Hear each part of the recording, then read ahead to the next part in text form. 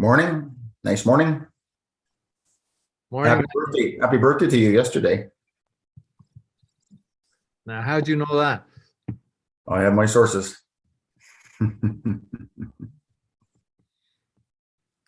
Morning, Madam Treasurer. Good morning. How are you? And belated happy birthday. I'd like to know how this was got out. When you're 29, I thought nobody'd know. Back then, somebody would have announced it at the bar. All right, Mr. Chair, we are live now, and I can start the recording whenever you're ready to begin the meeting. Okay, I'll call the meeting to order. Welcome to our long-term care redevelopment planning task force on June 28th. Welcome, everybody. Declarations of interest you can clear anytime you see fit during the meeting. We have a great agenda here today, and I'd like to start off with Andrew Rodriguez. Please give us an update. Thank you, Mr. Chair. Good morning, everyone. I'm going to be sharing a presentation today, and we have also a member from the design team, Deborah Wadsworth, who will also be sharing an update. So before I get started, can everyone see the screen that I'm sharing? Yes, I can. Okay, perfect. So we have three main components for the project team's update today. I'm going to start with the general update just since our last meeting, which would have been in March earlier this year, some of the activities that were completed since then and what we are focusing on moving forward in terms of the campus of care elements. We'll then move into an update on the design. So you'll see some images in terms of the site plan and floor plans that Deborah will be running through. And then we also have a portion of the meeting where Jennifer Cornell will be sharing some updates with regards to assisted living services and some of the tours that were done looking at existing operations. We'll also be intermittently stopping throughout the presentations to address any questions and answers before moving on to the next portions. So in terms of an overall schedule, I like to paint this picture in terms of a simplified Gantt chart just to show what we've been working on and where we're going. So since really March, when we received the direction to include as part of the campus of care, the assisted living and village square components, the project team has actively been working on wrapping up the schematic design phase for the long-term care component and starting some of the programming stages for assisted living in Village Square, which were originally shown as high-level blocks, but now these blocks need to be worked through with the same level of detail as essentially the long-term care component had been advanced to. So that's been a big focus over the past few months by both the team at Rockwood Terrace, Grey County, as well as the design team, just to work on catching up really with those components and bringing them up to speed. We did receive this submission of the schematic design package from the design team in May for the long-term care component. So that was submitted and that has been under review. We had a chance to have a pre-consultation meeting with Wes Gray and just go over the site plan, some of the assumptions and considerations with the campus and the different elements. So that was concluded earlier this month and went quite well. And then ahead of the formal public consultations that we have scheduled as part of our work plan for later on this fall, we did have the opportunity to engage through 3 different sessions. 2 of them were in person at Rockwood Terrace, and one was a virtual setting earlier this month. Just the chance to meet with staff, with residents, with some of the neighboring community members and provide an update in terms of where the project is at, the process that we followed, and what are some of the next steps for the project team. So in terms of where we go from here, there is about roughly 12 months or a year of design work that will be split between design development, which will take us until the end of this year, and then what we would call the contract document stage or working drawings. So that will last roughly 6 months going into next year, where all the detailed contract documents and specs are prepared essentially for this project to go out for tender. So, recognizing there's been a tremendous amount of work done by the design team, Grey County and Rockwood Terrace to date in terms of providing input and leading to the design in the stage it's in, there's still a lot of design work that's remaining ahead in order for this project to be in a tender ready state for the campus of care. Couple things from the ministry perspective. So the development agreement and the discussions with the ministry have been quite positive in terms of having that process work through. And the project team is very will be working through the preliminary plan submission, which is the first technical submission with the ministry, and hoping to have that wrapped up and at least have some comments back in the next couple of months. So pleased to announce that has been progressing quite well. And as part of our overall work plan and schedule. Couple things from a schedule standpoint that I do want to make sure that the task force is aware of is we have, as a result of moving forward with the scope of the campus of care, so not only long-term care, but with the Village Square and assisted living, this has had the net impact of adding approximately 4 months to the design stage. And we tried to identify opportunities wherever we could to streamline the process and work in parallel when some of the technical submissions are going to the ministry. But the reality is we have quite a bit of scope in terms of the Village Square and assisted living to also design and make sure there's an appropriate amount of time with the end users to capture all the requirements and validate it. So this has about a 4-month impact in terms of when the project would be going out for tender. And this is because previously it was long-term care only. Now we're looking at a bigger scope with long-term care, assisted living in the Village Square. So that's over the design period all the way up to going out to tender. In construction, we're estimating that an additional 6 months would be required to construct the full campus. Now, we did talk about options to, what about a phased or a partial occupancy where long-term care could be occupied while other phases or other components are being constructed. And just based on our preliminary discussions with Grey County, we understand that the preference is really to have the whole campus constructed before a first resident would move in. And that's strictly to minimize costs and effort associated with hoarding, protection for noise, dust, vibration, et cetera, and really having a cleaner slate for occupancy when the whole campus is complete. So using a process where the first resident date would coincide with occupancy for the entire campus, we are forecasting a first resident date in June 2026, taking into account the campus of care. Is there any questions with regards to schedule and timeline before I move forward? Does the committee have any questions? Christine, please go ahead. Thank you, Mr. Chair, and good morning to everyone here. I'm very pleased for this presentation and all the fine detail in terms of where we are and where we are going. I was wondering if you wouldn't mind just identify, Andrew, the design development phase, if I could word it as such or label it as such, that it takes 1 year. Without taking up too much of the committee's time, can you just explain what it is that the design development really means? I note that on the chart here, there are some definitions in boxes, and for design development, there isn't. So if you wouldn't mind just that opportunity.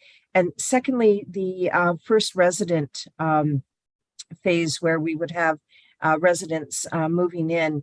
Could you please just explain the time frame of or how it works where not having residents in the building while construction is going on? Thank you. Okay, yeah, so for the first portion of the question, design development. So what we have right now, and you'll get a sense of it once Deborah presents just the floor plans that have been developed to date. Previously we started with the conceptual phase where there were large blocks showing the different areas where the dining room would be, where the resident rooms, the interrelationships between spaces within the long-term care home. The schematic design refined that further. So now you can see clear definitions between the different spaces within the floor plans. And what you've seen is in different disciplines, there are briefs that have been prepared. So for mechanical, for electrical systems, during the design development process, it's really about the character of the space. There's a lot more work that's being done on, the type of fixtures around furniture, fixture and equipment. We're going to be looking at things like access control, security, audio, visual, electrical and mechanical systems in a lot more detail and fully designing those versus a higher level or preliminary brief that would be more appropriate for the schematic design stage. The contract documents, before going out for tender, in addition to each of the drawings, there's a project manual or a set of specifications that will go out to any of the contractors that will be bidding on this. So there's a lot of time and effort that goes into preparing these documents and making sure also that they are coordinated between disciplines. So mechanical, electrical, architectural. So a lot of that work would take place. Some of that would start during the design development phase, but a lot of that would proceed through the contract document phase to make sure the package is buttoned up before going out for tender. Deborah, is there anything you would add to that in terms of design development or contract documents that I didn't cover? No, it's really increasing details. So moving from block plans to documents that show how something is built, and there's a lot of thinking and coordination that goes between that start point and the end. It's actually a year is, although it sounds like a lot of time, it's actually not for a project of this size. It's we'll be working quickly to prepare that. Thank you. Thanks, Deborah. Christine, could you kindly just repeat the second question, please, with regard to the first resident date? Certainly, and I do want to say, Andrew and Deborah, thank you very much for articulating the detail on design development. That really clarified that phase for me anyway. Thank you. I was just wondering, I did note in the report, it did speak about the residents' first deadline where the construction would be completed versus, at least the way I was interpreting it, versus residents being in the building in their new residence while construction was going on in a different phase. And I wondered if you could just explain that. First of all, did I have that correct within the report? And also what that actually means. Thank you. Okay, yeah, so in the actual contract that would be going out to the general contractor eventually, and even with the design team, there's a start of construction date and a contractual date that you may have seen, which is substantial performance, which would be occupancy. So at that point, that wouldn't be when the first resident date would occur. We still have another roughly 3 months in there, and that's to close up deficiencies and also to allow for the delivery of furniture and equipment post occupancy. So we have left what we consider would be a fair and reasonable amount of time for a project of this magnitude to allow for that process to take place, essentially the closeout before a resident goes in, because it becomes incredibly more complex if the residents move in to try to coordinate that piece with staff, with the residents. So that, I believe that may be the difference between what was in the contract versus the date here. And it's because of that closeout process that we built into our overall project schedule. Thank you, Andrew. A question from the chair, Andrew. Since we started this amazing journey we're on here, we always had the date in our minds, 2025. The ministry said you must have this done. I assume since we've expanded the project that the ministry is okay with going past that date? Yeah, it's a very good question, Mr. Chair. And based on my experience, a firm answer wouldn't necessarily be provided till much later on in the project, once the project is going out for tender. I can share, however, the following. There are mechanisms available to bring construction back, but they do have operational implications and cost implications. So there's always the potential to apply premiums to try to bring that timeline back. In my experience, in other projects, it has come down to presenting that to the ministry after the tender closes and saying, we have an option to bring this back to 2025, but it is going to cost X% more. Would the ministry be willing to share that? If not, our most cost-effective path will take us to mid-2026. And so by using that strategy and putting the decision on the ministry, I have generally seen that, not generally, in all cases, I've seen them say, go with the most cost-effective schedule and not entertain a premium to accelerate construction by 6 months. But that actual decision took place after tender closed. So I don't see any real risk at this point, because we can set up the tender so that we can understand exactly what that premium would be to achieve 2025 and position it such that that decision would go to the ministry. Thank you, Andrew. A very wise move you're making. I see Brian, please go ahead. Thanks, Mr. Chair. I'm not sure if this is for Andrew or Kim, but I just, Andrew, you had mentioned that you had site plan meetings with West Gray. You've had pre-consultation meetings with West Gray. I'm just wondering who else is on that team. I'm assuming the CAO and Randy and Jennifer. Who is part of the team that's involved in these updates? Yeah, I can answer that. So it does certainly involve the CAO. Randy was there as well, and there were 3 or 4 members from West Gray that were there. We coordinated this process through Randy and Kim to make sure I'll say the correct representatives were there at the meeting. And this is really ahead of our site plan application and approval process, just to get any preliminary feedback about how the different components have been placed on the site. What are the requirements ahead of an actual submission to try and minimize the risk with the process and resubmissions. Randy or Kim, is there anything you would add further to that? No, I think you summarized it well. For sure, we've had the manager of planning involved in those discussions. We've had the director of public works as part of that, as well as the chief building official and director of development for West Gray as well. So trying to make sure that everyone's aware of where the current project is at. And as Andrew indicated, making sure that we've identified what are the information requirements that are going to be required to accompany the site plan application once we submit that to West Gray. Great, thank you. If I can add, really our goal here is to ensure that we're proceeding together and moving forward with the most efficient and effective process that we can. Like, we need to understand some specific things about servicing from West Gray's perspective. So it's been a really good collaborative process so far. We're really happy with what we've had. Thank you, Kim. I guess a question that may be a wee bit ahead of the agenda, but I'd like to ask it anyway. We further down our agenda, we have a proposal to accept land with West Gray, and it concerns traffic. And before that in our agenda, we are going to maybe pass an update to allow the architect to do a traffic study. Is that sort of premature ahead of one another, or could somebody explain that to me, please?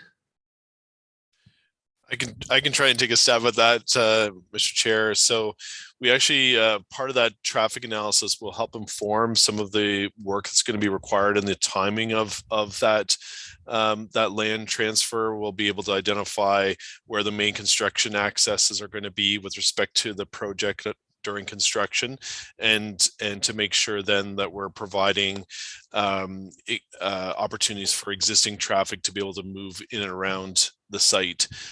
So that's something that we'll be working with the Casey and design team and the sub-consultants and West Gray staff to be able to move that forward. So it definitely, we need that traffic information prior to finalizing any further details with respect to the timing of that land transfer that we'll be discussing later on the agenda.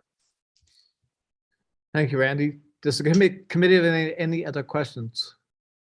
Hopefully, if I can't see anybody, Tara, please tell me. I think I do not see anybody else. So Andrew, please go ahead. Okay, thank you. Just in terms of a next step from a costing perspective, so I mentioned during the fall, we would be working to coordinate some public consultation meetings. And just as a preview, what we're expecting to have is some 3D renderings and images of the campus of care and all 3 components, and to be able to do this in a more, I'll say, formal or structured approach in line with our work plan. So that's on the docket for the fall timeframe. When we last spoke, we had an updated cost estimate and project forecast that was based on the Class D cost estimate. And we are expecting to come back to the task force later on during the fall with the Class C cost estimate once all of the components are up to speed from a schematic design perspective. And so just a reminder to the committee that at the Class C, we're still at about a 15 to 20% level of accuracy, really reflecting, as I mentioned before, the 12 months worth of design work to take us to the Class A pre-tender, which is in the 5 to 10% range. So I just wanted to set that framework really ahead of the next costing update that we'll be receiving. And some of the areas that we want to continue working through to have more clarity on scope and in turn cost is around the access road and the site servicing. So the extension of South Street and Rock Street, some ongoing work with regards to site grading and drainage design. Some of this requires some investigation on site to be done and some technical parameters to be conveyed to the design team. So we're working through that. Net zero and net zero ready feasibility studies. So these are some of the topics that are part of the scope of work of the design team, and we will be coming to a conclusion of these portions, at least for the perspective of Class C costing during the fall. So I just wanted to highlight this as a bit of a preview of what we expect to have during the fall when we come back to the committee. Before we move forward to the design portion of the meeting, I know on the agenda there was the memo with regards to the design change order. Kim, would you like me to go over that, or is that something you'd like to address before we hand over to Deborah? Thanks, Andrew. I think it's very straightforward, but you should just go ahead and cover it off, please. Okay, no problem. So for members of the task force, after our meeting in March, and the authorization to proceed with the assisted living in the Village Square component, we reached out to the design team in order to request for a fixed fee to amend essentially the existing contract for the provision of design and contract administration services for the whole campus of care. We did receive a fixed fee proposal, which was reviewed. And within the memo, it provides some commentary just with respect to the budget that was allocated for design fees. So the fee submitted was within it. We also looked as a comparator of the percentage of construction budget from the initial competitive process to now the change order process, and the percentage was within it. So on that basis, and based on our review, we recommended proceeding with that design change order based on it being fair and reasonable in our opinion. So what this would do is this will amend the contract to include not only long-term care, but the Village Square and assisted living. We have set it up such that from an invoicing perspective, we will see long-term care separate, and then the Village Square and assisted living also separate. And this will facilitate the settlement process and cost submission process to the Ministry of Long-Term Care for the long-term care component only. And we would follow a similar process when we enter construction with the general contractor, so that we're able to track costs separately, but bundle them under a single contract. Thank you, Andrew. I guess a question for Madam Clerk. Do you want me to read this motion concerning the memorandum now, or wait further on it on the agenda?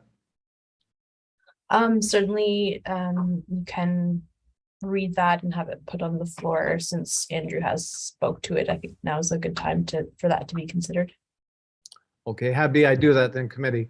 I'll read the motion we have here. That Grey County proceed with executing design change order as a result of additional design service for the proposed assisted living Village Square components of the Rockwood Terrace redevelopment project. Someone to move, put on the floor, please. Moved by, got another Brian now, sorry. Moved by Brian, second by Scott. Is there any discussion on the motion before us? See none, a show of hands, all in favor, please. Opposed? That motion is carried. Okay, thank you, Andrew. I'm going to turn the floor back over to you. Okay, thank you. That concludes the first portion of the update. I'll now I'll hand over to Deborah just to provide an update of the design. Okay, thank you. So I'll share my screen. The problem is I have two screens open and I'm not sure what you're going to see first. So if you see a slide with the Rockwood Terrace Campus of Care, we're doing well. If you see a Word document, please let me know. You seeing my slide? No, we do not. Okay.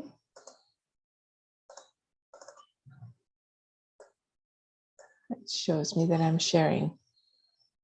It must be with somebody else. Okay, let me try again. On Zoom, Deborah, there's a set, there you go. There we go. There's one extra step compared to Teams. Teams, thank you. Okay, we're ready.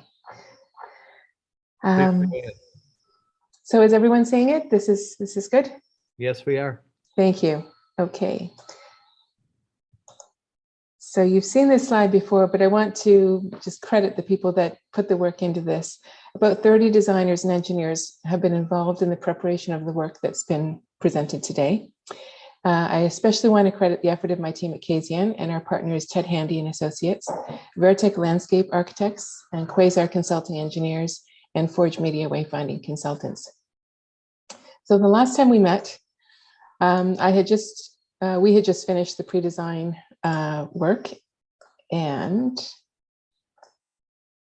recently we completed the schematic design phase where we focused on the functional arrangement within spaces, as well as the broad strokes of defining the culture of this place.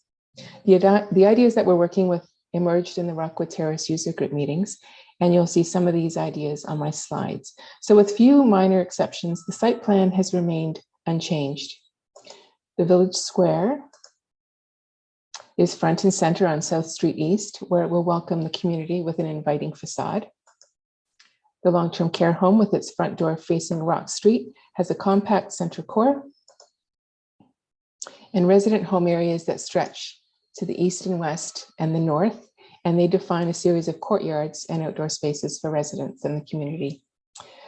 Walking you around the site, over here we have a community amenity space, the driveway to the long-term care and assisted living, and there's a covered entryway, a canopy over the entranceway and driveway.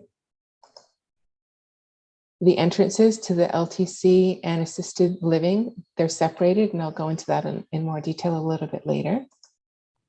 This is visitor parking.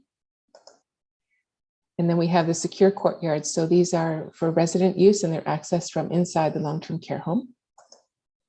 And then we have a walking path. This walking path is developed from a walking path that is already there. And over here is parking for staff, a dedicated staff entrance, and an outdoor patio where they can take breaks and have lunch. It's screened from view from the street, and also some landscaping screens it from the service and loading area in this corner here of the building. So the biggest change has been to move the location of the assisted living from the top of the village square. And so on the right, we talked about, the reasons why it was important to have the assisted living connected to the village square and the LTC. And it has moved to the top of the LTC. And so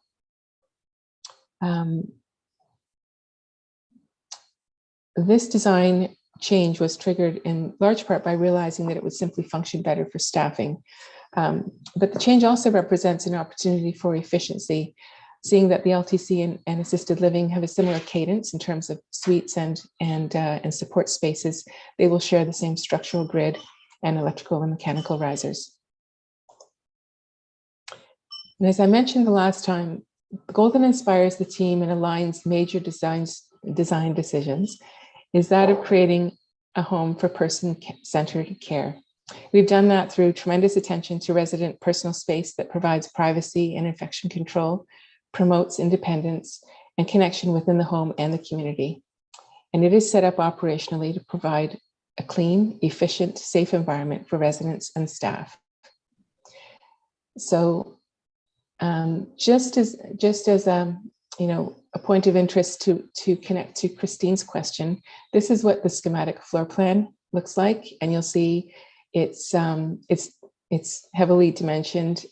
It's got door swings and clearances, and a lot of work has gone into test fitting the furniture and equipment in these rooms. And then you can just keep this image in your mind and then compare it to the block plans that I'll show you at the Village Square at the end. And that'll show you the difference in 3 months of design work. So starting with the Village Square, which is still in the block plan stage. Actually, there's an example right there. That's what a block plan looks like. For the Village Square, you enter in at the south, off of South Street. That's the main entrance, and it opens into a central open space that leads to 6 to 8 tenants. So it remains to be seen who will be here, but we anticipate small businesses, perhaps a satellite library, services that cater to elder care. There's also a bank of public washrooms and a cafe and seating area that opens out to the corner terrace, that community amenity space that I showed you previously.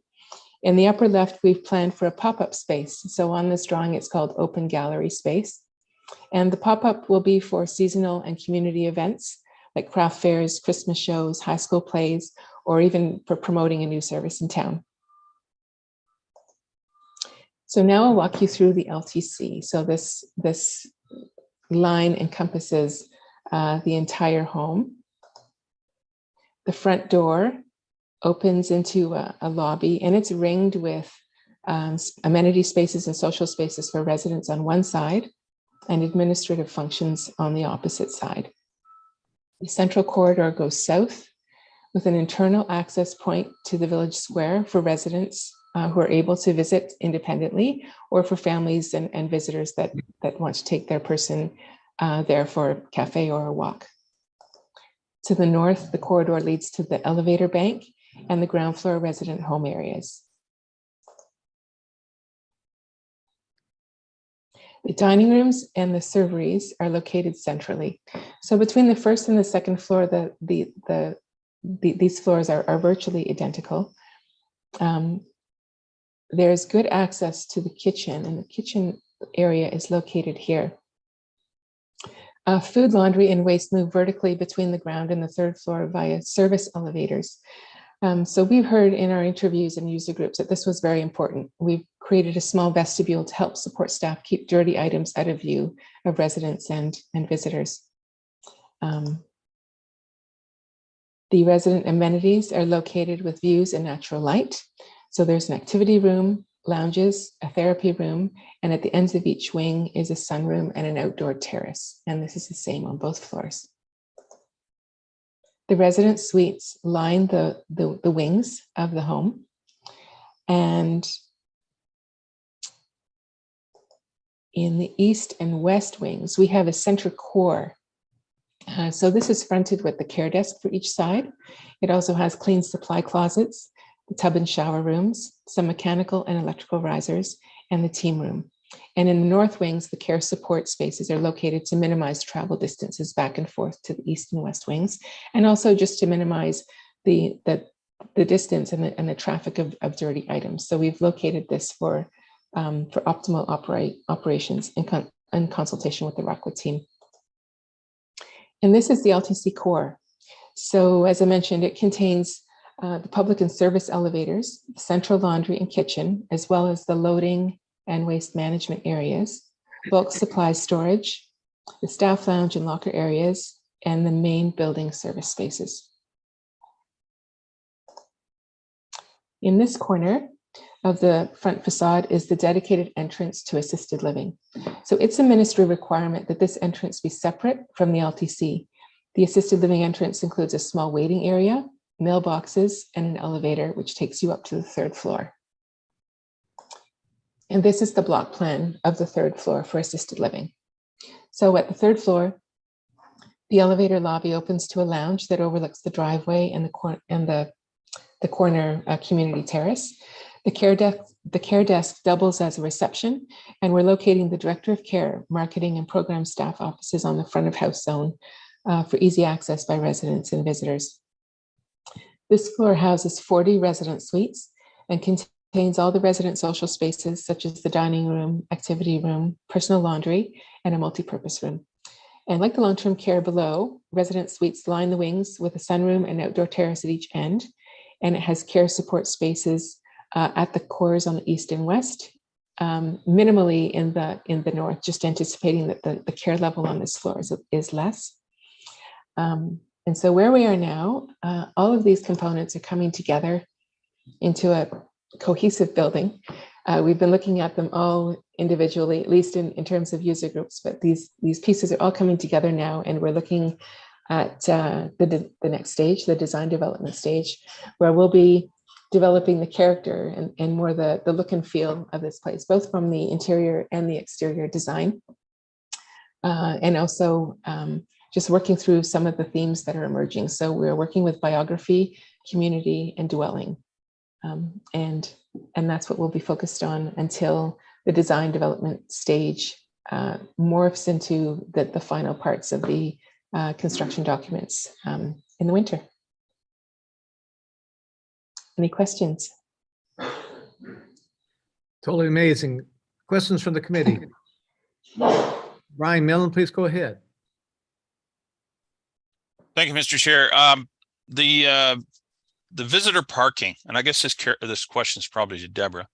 The visitor parking, where will visitors from that parking lot enter the building? Is there an entrance from the parking lot, or will they have to come around to the main entrance of the LTC or assisted living? Does that question make any sense? It does. It does. There are two entrances to the LTC. One is only for staff, and the other one is just the front door. So they will walk along the sidewalk around to the main entrance. Okay, thank you. Scott, did I see your hand up?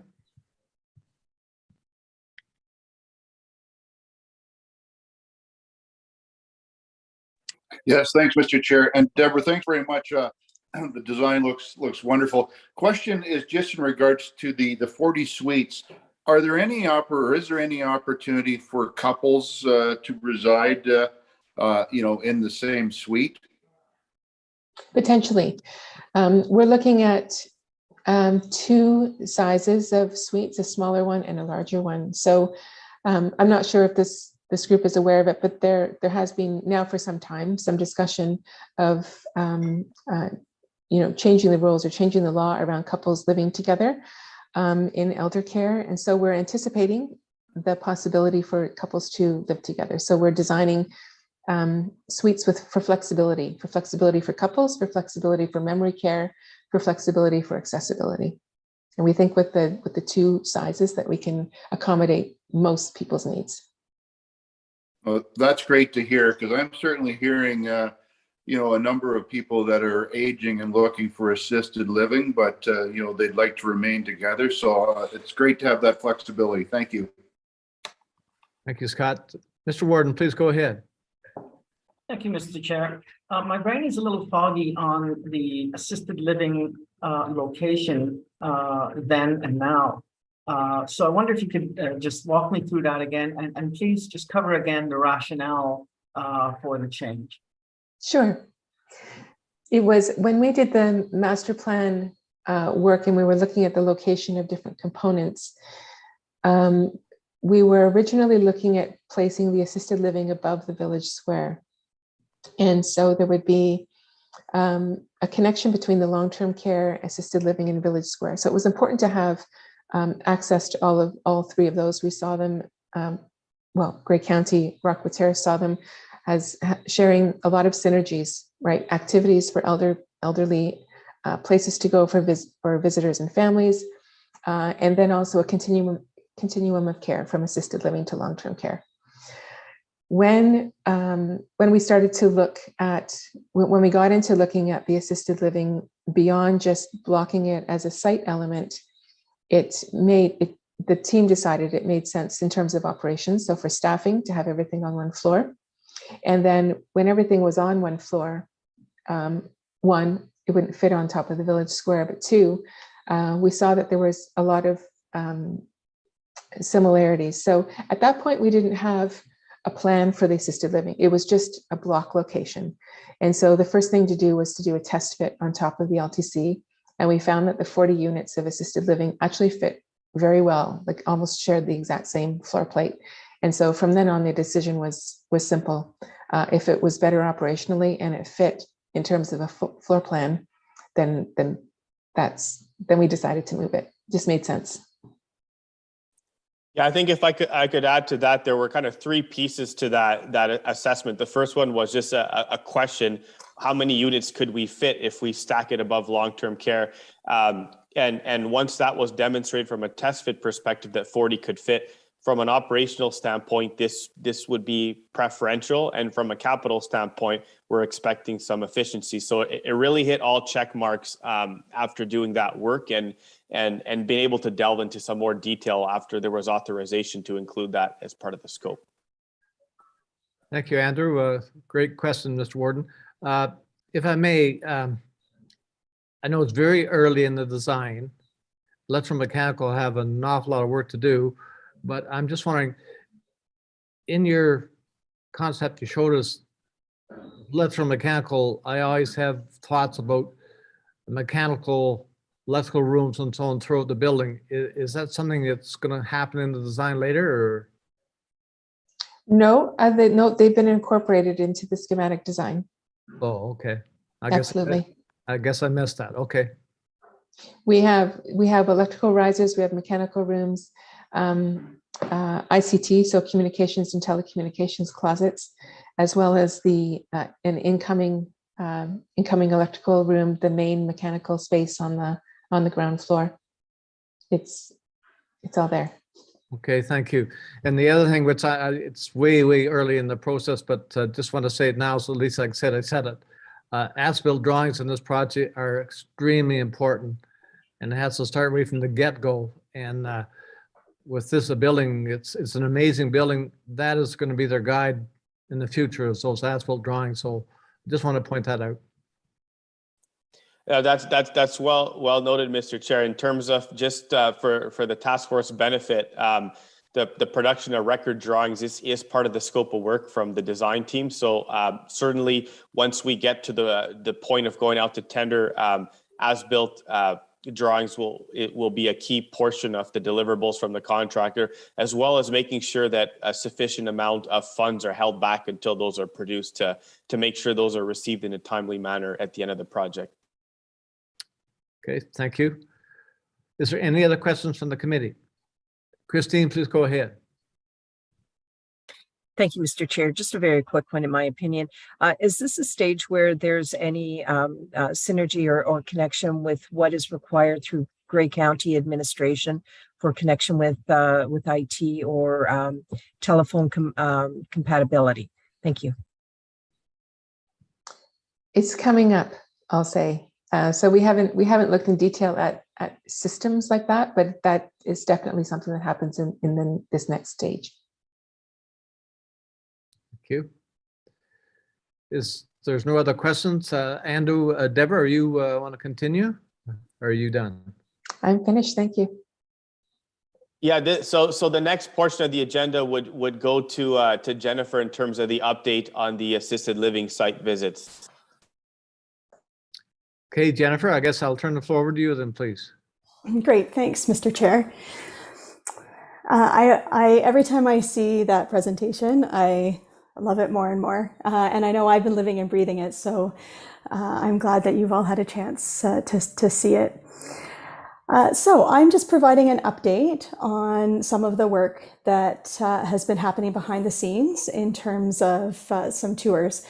On June 1st, team members from Grey County, so a few people from Rockwood, Karen and Terry and Brandon and I, as well as Kasian Architecture, we toured Schlegel Village's University Gates in Waterloo. We were guided through their main street, serveries on the main floor, common areas in assisted living, and the whole of memory care. And our team had a chance to ask questions about functionality, operations, and design. Schlegel Village's University Gates is comprised of 3 buildings: long-term care, the University Research Building, and assisted living and retirement living. Located on the ground floor, the main street serves as a continuous route connecting the three buildings, and they call each home area a neighborhood. That's the language that they use. And of course, the whole campus is a village. As we toured, we focused on a few areas. So some of the key things we were looking at is how each part of the campus or the village relates to each other. The long-term care, assisted living, the main street, and how they all share a back of house. So where are the synergies? Where are the opportunities to learn from the Schlegel experience in areas such as kitchen, laundry, maintenance, housekeeping? We looked at circulation and flow and restricted areas, how they manage those items. And we had a chance to look at and ask questions about operational considerations, staffing, managing a separation between the long-term care and assisted living related to outbreak, how they support couples in the different neighborhoods of the village. And then we also looked at design, style, character, architectural features, and the materials that they used to build this village. I wanted to just note for committee that University Gates is a very large village. It serves approximately 500 people, requiring varying levels of care, from independent and retirement living to assisted living / memory care to long-term care. A large part of our tour was spent in the memory care neighborhoods because that really aligned best with what we are imagining for assisted living in the Rockwood Terrace campus. A few items that I wanted to just bring to the attention of committee for some discussion, and we'll be discussing this throughout the process and planning. So for assisted living, I just wanted to remind committee that there is no provincial funding for assisted living or for the village square. So the cost of operations of both are the cost to the county or to the individual resident. Because of that, we must be very careful, thoughtful, and intentional in the alignment of service provisions with what the market can bear. Our campus proposes 40 assisted living units, and based on this number of suites and our current understanding of the need, we're focusing our operations on planning memory care. But to Deborah's point, she mentioned that we're building in flexibility, and as we're working through the design, we're looking to build it in a way that it can flex and support differing needs as the population changes over a long period of time. So right now, the need may be memory care. In 10 years, it may be more accessibility. So individuals using assistive devices, wheelchairs, that type of thing. It may be the need is greater for couples during a period of time, maybe not. And so as we work through all of the different questions of how to design, our focus is to design it in a way that it supports the greatest number of needs over a period of time so that we're not limited based on our design. We've also met with Briere and Simcoe County. We haven't had an opportunity to tour, but have had a chance to meet with each of those organizations to ask about 1 million questions. And from these meetings, we believe that 20 resident home areas are like 20 suite resident home areas are operationally appropriate to both support the resident need as well as operational and fiscal responsibility. And as we work through the planning, we'll regularly revisit the operational costs associated with the planned level of care provided. And so we're still in the early days of sorting out those details, but are very conscious of it and want to be sure that the level of care we're planning for is affordable for the individuals and doesn't have a negative impact on the costs associated to the county. And so that's where we're at right now. That was a 4-minute update that was actually a number of months and lots of conversations, but happy to answer any questions if anyone has any. Thank you, Jennifer. Does the committee have any questions? Mr. Warden, please go ahead. Thank you, Mr. Chair. And Jennifer, you used the terms assisted living and memory care in the same breath. And I just want to make sure that because from my understanding, those are almost two extremes. One is, you need some assistance, and the other one is you need a lot of assistance with memory care. So help me out with that, because you almost seem to be lumping the two into the same sort of care area. Yeah, thank you for that question. And it's a great question that we too went on a journey to explore, because words do matter, and wanted to be sure. I wanted to be sure that we were using the right terminology. So in our discussions with our partners out in the world providing this service, what we've come to understand is that retirement living offers a lower level of care on a daily basis. So retirement living is a little bit more than independent living. Assisted living and memory care are really partnered together. They're both similar levels of care. Assisted living can be memory care. So in a memory care level of care, you're receiving a little bit more specialized support related to perhaps responsive behaviors, experiencing the early to mid days of a dementia or memory challenges. That kind of in-between stage from being able to live in an independent living and needing long-term care support. So assisted living is, memory care supports that. Assisted living can also support individuals in that kind of in-between stage with respect to physical challenges. So perhaps, recently recovered from having a stroke or other physical challenges that require support with mobility, bathing, some of those areas. So it is a lot of times the language is used interchangeably. And for us, we are considering retirement living to be a lower level of care and assisted living / memory care at a higher level of care. And so we're using that lens in our design discussions now to be sure that we're creating a design that supports individuals that will need that slightly higher level of support. Ms. Warden, please go ahead. So then what do we refer to as memory care within the long-term care service? Sure. So, and that's a great question too. Thank you for that. We're actually looking to find some terminology that feels right for the residents living in long-term care with memory care and dementia. But currently the language is behavioral support. That is kind of the language used in long-term care across the industry. And so at Grey Gables, there is the home area that is the behavioral support transition unit. We're looking at updating our language to be a little bit more person-centered and less of a label, maybe something along the line of bridges to care or something to do with transitions. But in long-term care, it tends to be around behavioral support or dementia care. And so industry wide, is there sort of an attempt to have everyone aligned and using the same terminology?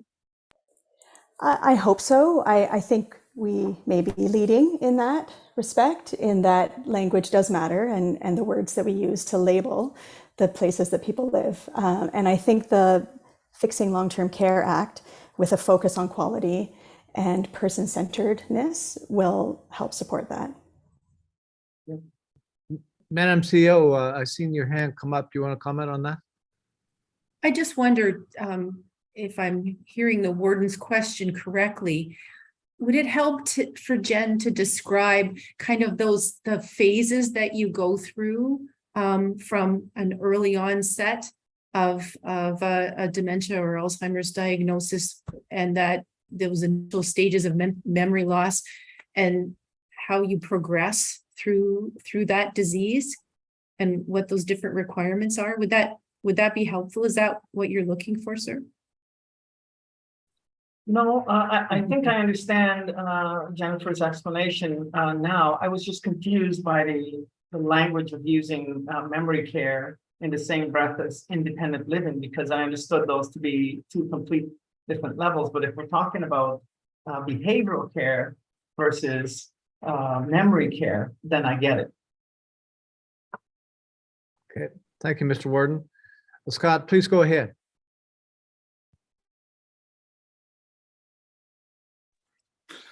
Thanks, Mr. Chair. I thought I got it until this discussion started. So now I'm not sure. Retirement living and assisted living. I'm just wondering, Jennifer, if you could please give examples within our Grey County community of current retirement living and assisted living. My thought was a lot of our retirement homes have the assisted component within them, and that you're able to purchase a different level of care as you require it. That has been my experience. So I'm just trying to, if you could please help me with that. And just what I guess my second question is, if you entered into our assisted living, and I go back to the couples, if one only required retirement living, would they still be able to live with their spouse if the spouse required assisted living? So I'm just looking at some of those definitions and the criteria.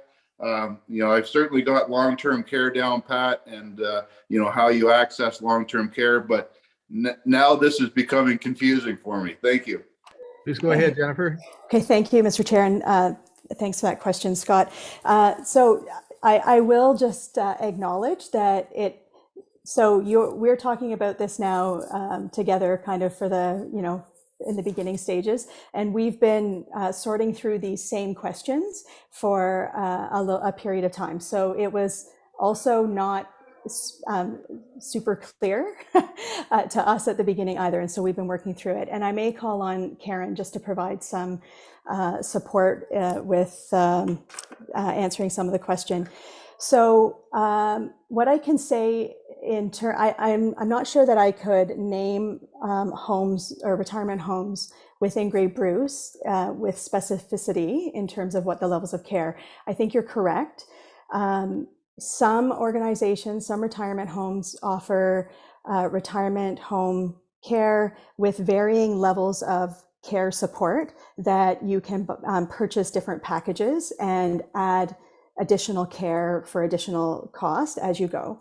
Some homes try to offer fewer of those options so that it becomes less of a kind of piling up of additional costs that can become quite costly and can also be challenging to operationalize to ensure that you have the right staffing levels. So some homes offer 2 or 3 different care level packages versus one care level package with 8 or 10 or 12 different components that you can add on. In our discussions with Simcoe County, they offer retirement home living in their campus, not assisted living. And that was our first kind of foray into really understanding the difference between the two. And so they offer a handful of additional support. And then when the person's care needs exceeds that, they then are supported to transition into either assisted living somewhere else or long-term care. So we are still in the early days of kind of costing out what the different levels of care points would be. And we have some information that has been shared with us from Briere and Schlegel in terms of what the care points are for assisted living in their memory care model.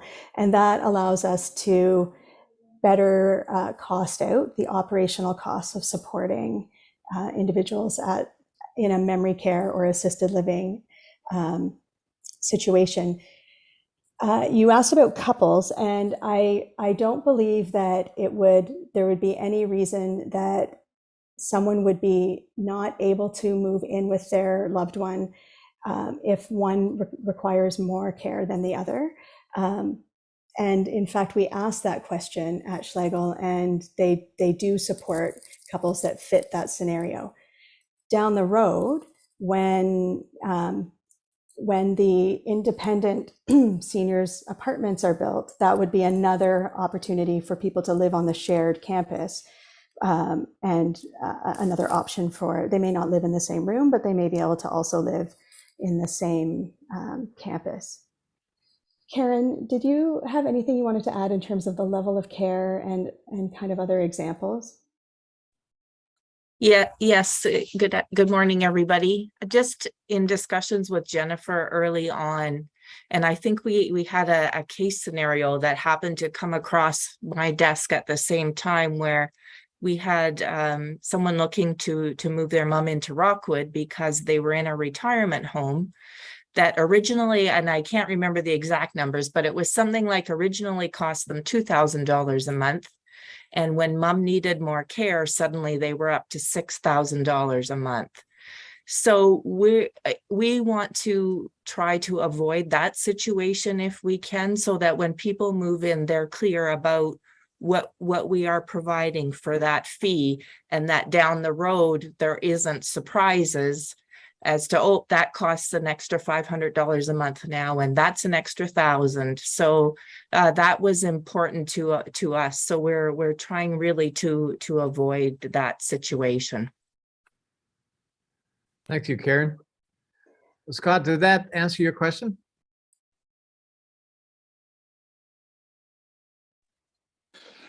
Yes, well, it was certainly helpful. More questions will likely come as the definitions become clearer. I guess, one further question, just based on what Karen had to say, these assisted living won't be subsidized by the county, I don't believe. So I guess in determining, it is important to determine what the staffing requirements are going to be, so that we can set the fees, that are, within the market standard across Grey and Bruce. Thanks. Thank you. Jennifer, there you are. I see Kim has her hand up. Sorry, Kim. Oh, there you are. Okay, go ahead, Kim. Yeah. Thank you. And I just want to respond to Councillor Mackey's point. I think we need to be very careful as we proceed here, understanding the original pro forma that we saw, when you took into account the cost of construction, the cost of funding the construction, etc. We are running very close to the line when it comes to a break-even point for assisted living. So it's a fine balance between what the public and our current market can support and what it's going to cost to develop and service the vision that we have here. So we're working closely. I think it's a bit too early to know for sure exactly how things will be. We as staff understand that is the direction from council, that you don't want to be in a position where there's a substantial levy contribution to the assisted living side of the operation. So I'm taking that as our instructions, and we're working towards that goal. I think we'll have some better information, as Andrew indicated, later on in the summer. Thank you, Kim. Is there any other questions for Jennifer from the committee? A great update, Jennifer. Thanks very much. I seem to be all over the place on the agenda because we seem to be talking about everything at once, but that's good. So I guess I'll move on to the agenda. Kim, do you have your hand up? No. Okay, I'll move down to Rock Street land transfer. I'm going to read this motion we have first. That report CAORRP 0522 we received regarding a request to the municipality of West Grey to transfer a portion of the lands at the end of Rock Street to facilitate the redevelopment of the Rockwood Terrace Canvas of Care. Someone to move to put on the floor, please. Moved by Deputy Mayor McQueen, second by Christine. Who is going to speak to this? Me, myself, Mr. Chair. Go ahead, Randy. Great, thank you. And good morning again, everyone. So we wanted to provide the task force with an update with respect to a portion of lands that are located at the end of Rock Street in the settlement area of Durham, which currently form part of a cul-de-sac at the end of Rock Street. Can everyone see the screen there, the slide deck? Yeah. Okay, yes, great. we can. Just put it on full screen mode, maybe just to help.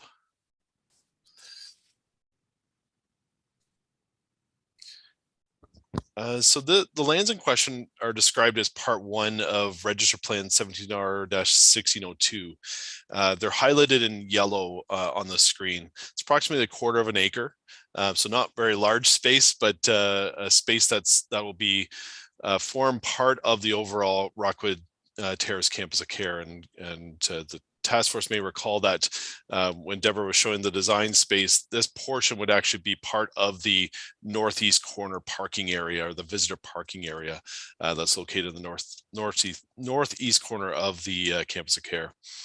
The lands are currently owned by the municipality of West Grey and are part of the road allowance. And therefore, in order to transfer these lands to the county, the lands will need to be formally closed at some point as a public highway by West Grey. Eventually, Rock Street and South Street East will be extended to connect the 2 streets, which will then provide that municipal road access to access the proposed Campus of Care. Once the roads have been extended, the cul-de-sac at the end of Rock Street will no longer be required. We've had initial discussions with West Grey staff regarding the process to transfer the subject lands. And West Grey staff noted that a temporary cul-de-sac may need to be recreated at the end of Rock Street during the construction of the Campus of Care, just to accommodate existing traffic utilizing Rock Street. West Grey staff also noted that it may be beneficial to temporarily widen Rock Street to provide additional room for parking as some of the existing Rockwood Terrace staff utilize portions of Rock Street to park today. Ultimately, the need for these temporary improvements will depend on the timing of the transfer of lands, as well as details regarding construction access to build the Campus of Care. And as noted earlier, that's being analyzed as part of the casing design team as part of that traffic analysis. This is so that once we have that information from the casing design team, we'll have some further discussions with West Grey on what temporary improvements may be required to accommodate this land transfer. If it's determined that a temporary cul-de-sac or widening of Rock Street is required, the county does own land on the east side of Rock Street, and therefore could temporarily transfer lands to West Grey to form part of Rock Street during the construction phase. And then once Rock Street is fully built out, the lands required for the temporary cul-de-sac or widening can be transferred back to the county, which could be then utilized for future development going forward. Any expenses associated with the land transfer can be just part of the overall Campus of Care project. The timelines to carry out the next steps have not been fully determined at this stage. It's our understanding that West Grey staff will be bringing forward a report to West Grey Council in July, just to make West Grey Council aware of this matter and to talk about potential next steps. Agreement and legal staff have noted that they can prepare a memorandum of understanding between the county and West Grey, which would outline the steps required to complete the land transfer. And we included some of the potential next steps in the report, just to give a sense of what could be required if the temporary widening and the temporary cul-de-sac were required. West Grey staff have been great to work with, and ultimately they want to work with the county to find the most simple and cheapest way possible to accommodate this land transfer. So we'll continue to work with West Grey regarding this land transfer, and we'll provide the task force with any updates at future task force meetings. So the recommendation has been moved and seconded. It's just to receive this report, and as noted, we'll provide further updates to the task force as we go. Thank you, Randy. I'll stop sharing my screen here just 1 second so we can see everything. If I can find the button. Oh, that's better. I believe. There we go. Go ahead, Christine. Thank you, Mr. Chair, and I very much appreciate the report and the presentation, Randy. Just for everyone's information, July 12th at 9 a.m. is the West Grey Council meeting. We only have the one in July, so FYI. Thank you. Thanks, Christy. Thank you. This is a committee of any, okay. Brian Milne, please go ahead. Thank you, Mr. Chair. Randy, I'm just wondering, is the current turnaround actually being used currently? Because I've been back in there and it's not much of a turnaround, really. There's a lot of stuff on there. I'm not sure you can turn anything around on it currently other than a bicycle, but I'm just wondering how needed is the turnaround really? Yeah, it's our understanding it's used from time to time, again, by existing Rockwood Terrace staff to be able to, right now there's parking that's utilized on the Rockwood Street to be able to, so if they're pulling out, if it's tight, to be able to pull around. I've done that myself because I've been down to the site many times associated with this project, and I've used that for that purpose. There's also a trucking company to the east of Rock Street that also utilizes, I believe, that some of that space. So that's something that we'll be analyzing further, though, in terms of looking at what, how that is used.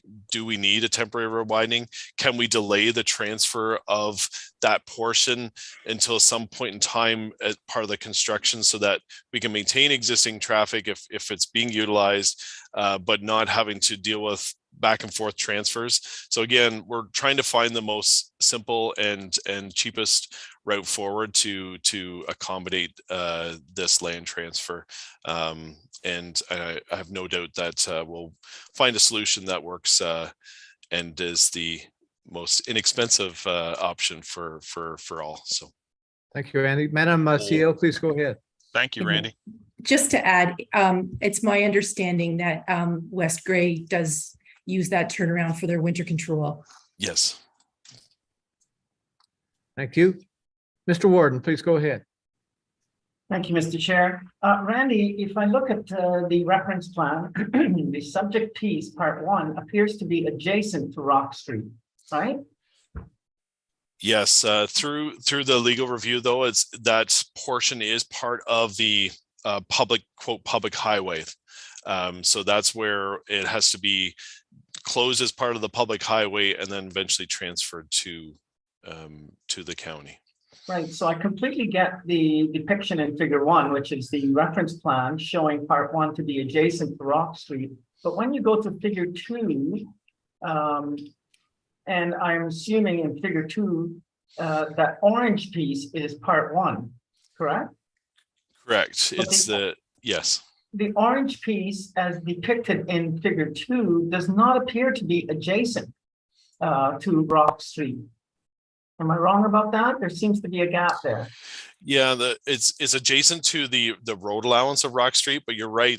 Based on the imagery, the air photo, it looks like Rock Street has been constructed to the very eastern edge of the road allowance. Yeah. So it doesn't look exactly adjacent, but it definitely is adjacent to the actual road allowance of what we would call Rock Street, which would be the future location of the Misville Road connection that would be form part of Rock Street. So the blue in diagram 2 in figure 2 is the actual is the accurate depiction of Rock Street then? Yes. Which would make it adjacent to part 1. The light blue lands are actually the lands that are currently owned by the county. Right. And so once Rock Street and South Street are constructed, that would be transferred to West Grey as a municipal road. Right, I understand now. Thank you for that. No worries. Thank you, Mr. Warden. Thanks, Randy. Does the committee have any other questions, concerns? Seeing now we have a motion on the floor. I'll ask for all in favor of the motion. Show of hands, please. Opposed, the motion is carried. Thanks. So moving on for agenda, do we have any other business here today? See, none. I have a question for, I think, Madam CEO, somebody other than me, I guess. our next meeting is scheduled for September. Probably a lot of the lower tiers are going to be into a lame duck situation.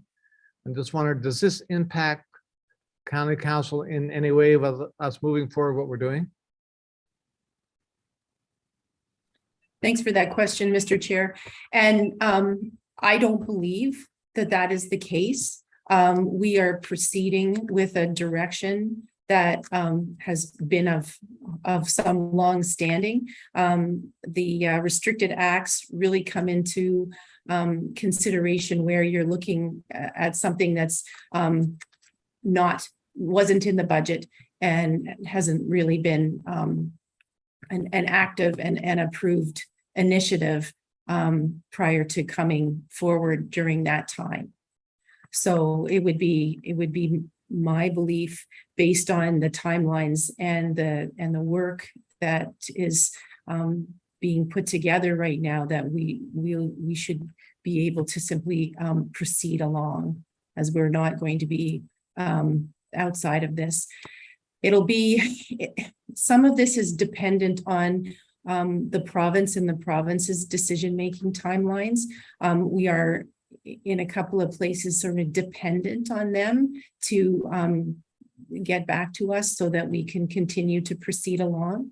I suppose there's always a potential for things to get held up, and that, you know, could have an impact.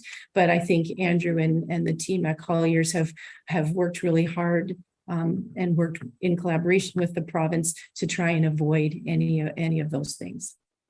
Thank you, Kim. Yes, sir. We know the business here today. That's a cute little person you have with you, Madam CAO. You. I'm just filling in because he's not very well. Sorry. So we know the business here today. I'll ask for a motion for adjournment, please. And thank you to everybody. It was a great meeting. Moved by Scott, second by Christine. That we adjourned. A show of hands in favor of adjournment. Opposed? We are adjourned. Thank you, everybody. Thank you. Bye now. Bye. Day, everyone.